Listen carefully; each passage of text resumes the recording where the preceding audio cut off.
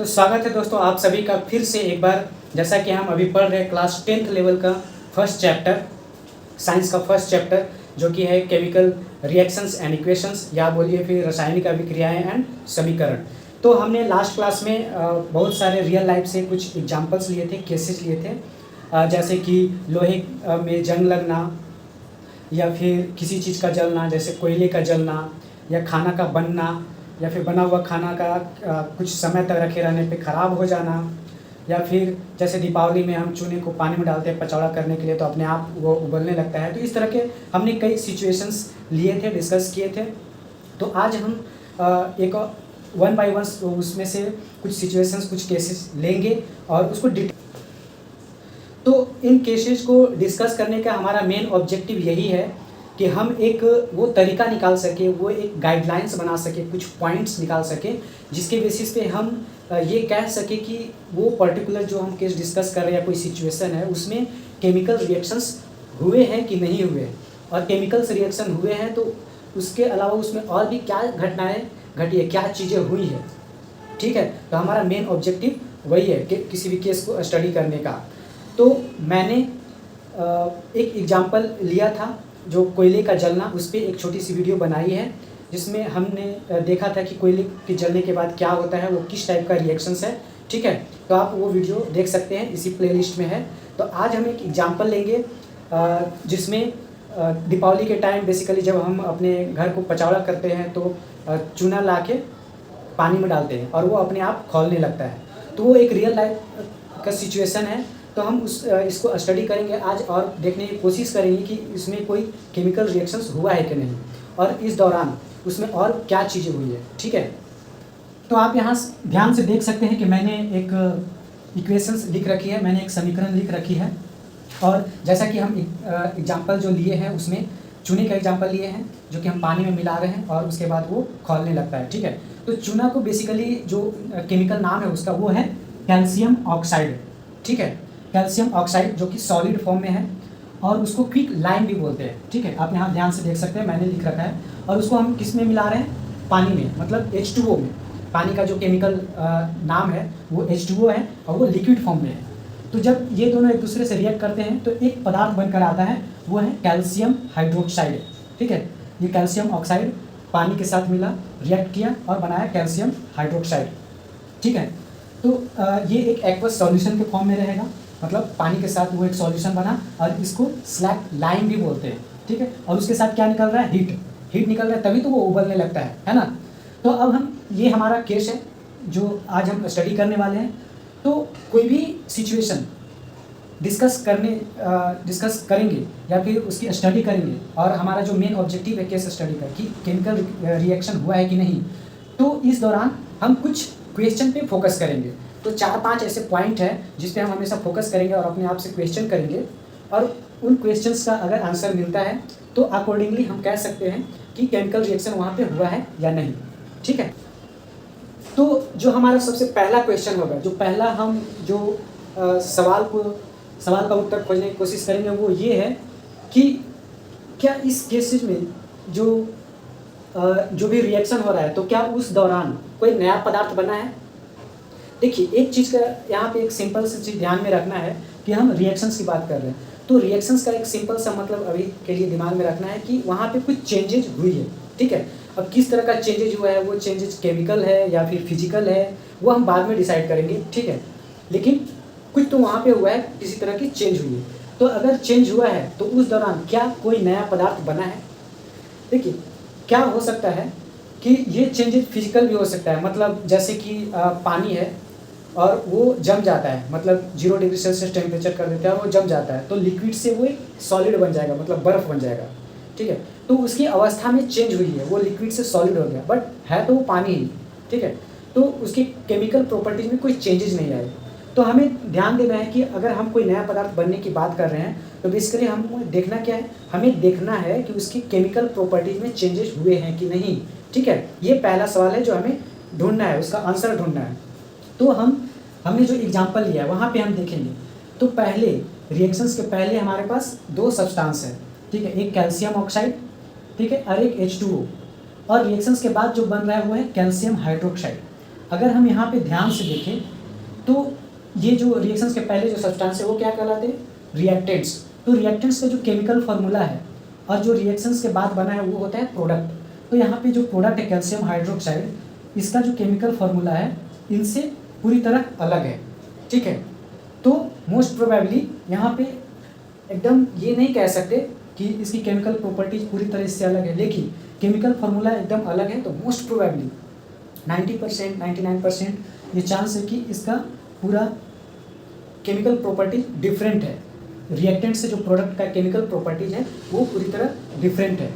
तो इसका मतलब कि यहाँ पे एक नया पदार्थ बन के आया है जिसमें जो नया प्रोडक्ट है वो उसका केमिकल प्रॉपर्टीज अपने रिएक्टेंट से एकदम अलग है, ठीक है। तो पहले सवाल का हमें जवाब मिल गया। तो अब हमारा जो दूसरा क्वेश्चन होगा जो हमें फाइंड करना है कि जो भी चेंज हुआ, जो अभी यहाँ पे रिएक्शंस हुआ है उसमें जो भी चेंज हुए हैं तो वो चेंज क्या रिवर्सिबल है या इरिवर्सिबल है। रिवर्सिबल कहने का मतलब कि क्या जो प्रोडक्ट बना है वापस से वो रिएक्टेंट बन सकता है, मतलब जो कैल्शियम हाइड्रोक्साइड यहाँ पे बना है एज ए प्रोडक्ट, तो क्या वापस वो कैल्शियम ऑक्साइड और जो H2O है उसमें वापस जा सकता है।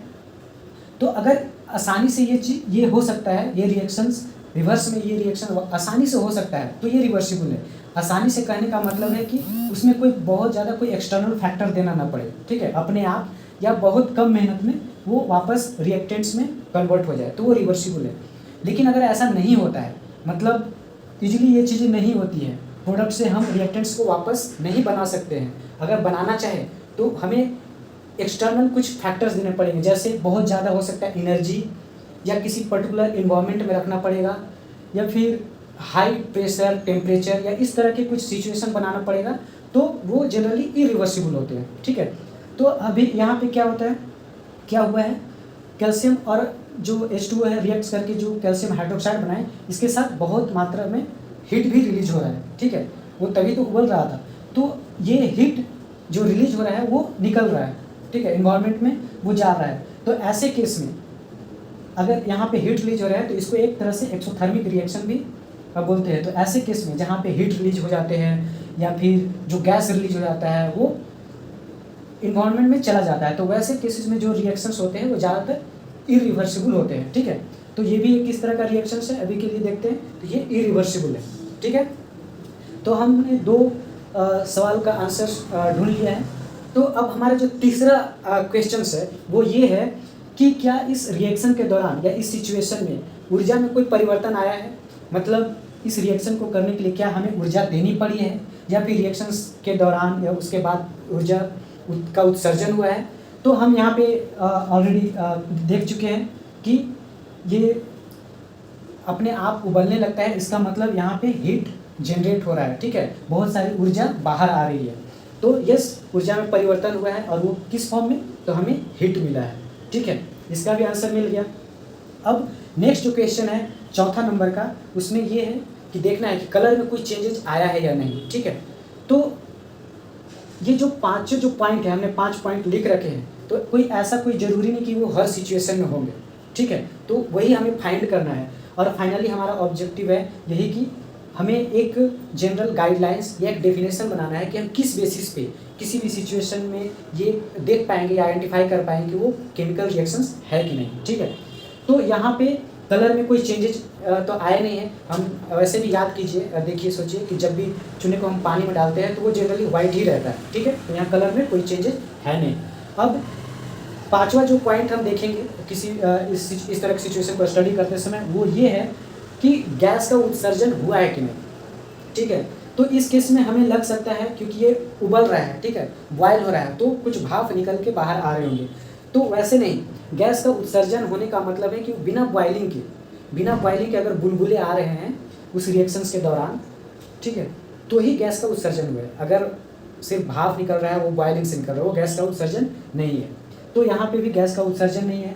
अब जो छठा जो हमारा क्वेश्चन होगा, जो या फिर हम देखने की कोशिश करेंगे कि रिएक्शंस के दौरान कोई प्रेसिपिटेट का फॉर्मेशन हुआ है कि नहीं। तो प्रेसिपिटेट का फॉर्मेशन का सिंपल सा मतलब है कि कोई भी चीज़ जब होता है तो वो तलहटी में नहीं, बर्तन के तलहटी में कुछ सॉलिड सा जम जाता है, ठीक है। अगर वो किसी तरह का सॉल्यूशन है वहाँ पे बन रहा है तो उसमें घुलता नहीं है। तो उस तरह का कोई चीज़ बचता है तो उसे प्रेसिपिटेट बोलते हैं, ठीक है। तो उस तरह का कोई चीज़ फॉर्मेशन हुआ है कि नहीं, तो यहाँ पे वो ऐसा नहीं होता है। अगर हाँ चूने में कुछ इम्प्योरिटीज़ है तो वो रह जाते हैं, बट वो अलग चीज़ें हैं, ठीक है।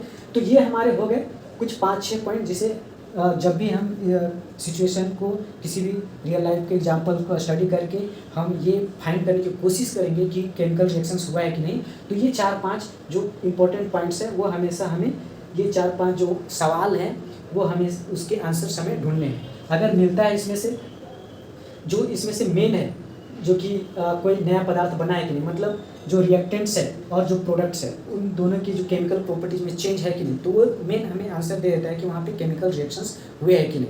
और जो बाकी जो है कि इरिवर्सिबल है या फिर ऊर्जा में कोई परिवर्तन आया है या कलर में, तो गैसेस का उत्सर्जन हुआ है या प्रेसिपिटेट फॉर्मेशन, तो ये हमें बताएंगे कि जो रिएक्शंस हुआ है, जो केमिकल रिएक्शंस, वो किस तरह का केमिकल रिएक्शंस हुए हैं, ठीक है। तो हमने यहाँ पे देखा कि कैल्शियम ऑक्साइड जो एक सॉलिड फॉर्म में है, फिर H2O जो लिक्विड फॉर्म में है, ये दोनों एक दूसरे से रिएक्ट करके कैल्शियम हाइड्रोक्साइड बना रहे हैं, ठीक है।